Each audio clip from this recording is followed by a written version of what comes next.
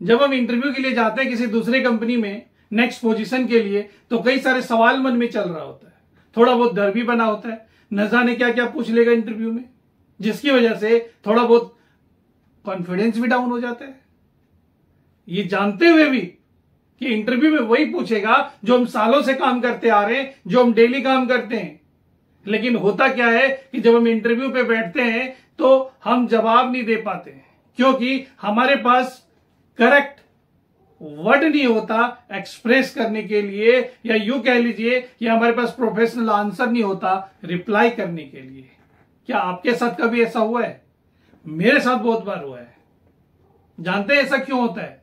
ऐसा इसलिए होता है क्योंकि हम कभी अपने ऊपर काम ही नहीं करते, हम कभी अपने आप को लर्निंग मूड पे नहीं डालते, कभी प्रोफेशनल तरीके से सीखना ही नहीं चाहते।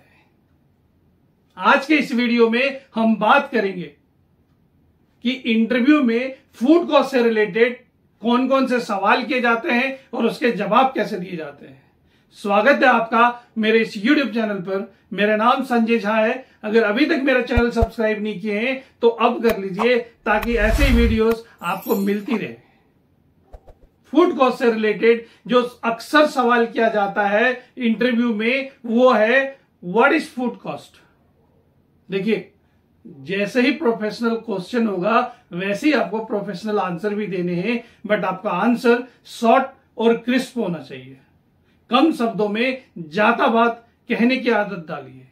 तो जैसे ही आपसे सवाल करता है व्हाट इज फूड कॉस्ट, तो आपका रिप्लाई होना चाहिए cost of raw material which is consumed to prepare menu items to create cell.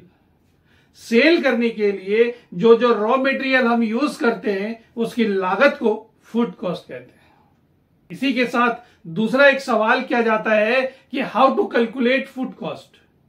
Food cost कैसे कैलकुलेट किया जाता है? तो आपका रिप्लाई होना चाहिए फूड कॉस्ट पीरियोडिकल होता है, एक सर्टेन पीरियड का निकाला जाता है। तो जिस पीरियड का आपको चाहिए उस पीरियड की opening inventory plus delivery plus minus transfer in out minus closing inventory equal to food cost consumption.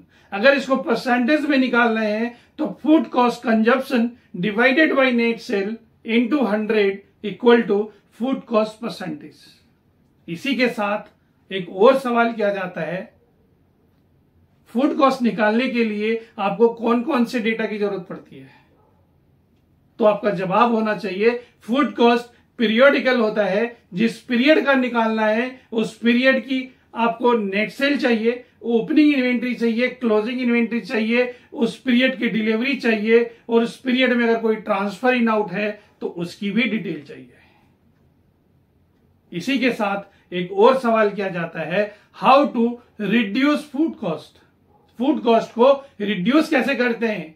तो आपका आंसर होना चाहिए there are various way to reduce food cost, like follow SOPs religiously, follow FIFO first in first out, do take inventory daily, do some seed daily, monitor pilferage and wastage, create food cost weekly or frequently।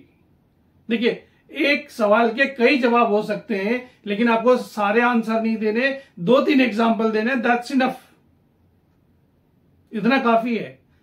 10% क्या आप बोल रहे हो, 40% how you speak. जितना professional आप answer देंगे उतना ही सवाल आपसे कम किया जाएगा, और जितना अनप्रोफेशनल आंसर होगा उतना ही आपसे सवाल पे सवाल किया जाएगा।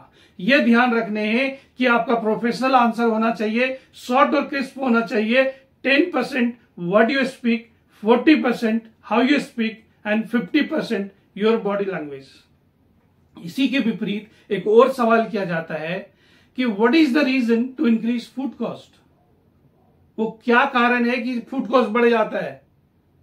तो आपका रिप्लाई होना चाहिए there are several reasons to increase food cost, like not following SOPs, not using FIFO, not taking inventory daily, not doing some seed daily, not monitoring pilferage and wastage, not creating food cost weekly or frequently। तो ये सारे जवाब है इसका। इस video में इतना ही। अगले वीडियो में फिर सवाल और जवाब जारी रहेगा। अगला वीडियो कौन सा देखना चाहते हैं प्लीज कमेंट करके बताइए। हम मुझे आपके कमेंट का इंतजार रहते हैं। जब आप कमेंट करते हैं तो मुझे अच्छा लगता है, मैं मोटिवेट हो जाता हूं और अगला वीडियो बनाने के लिए तैयार हो जाता हूं। तो प्लीज कमेंट कीजिए। इस वीडियो को अंत तक देखने के लिए, हमारे चैनल को सब्सक्राइब करने के लिए, इतना प्यार और सपोर्ट देने के लिए आप सभी का तहे दिल से बहुत बहुत धन्यवाद।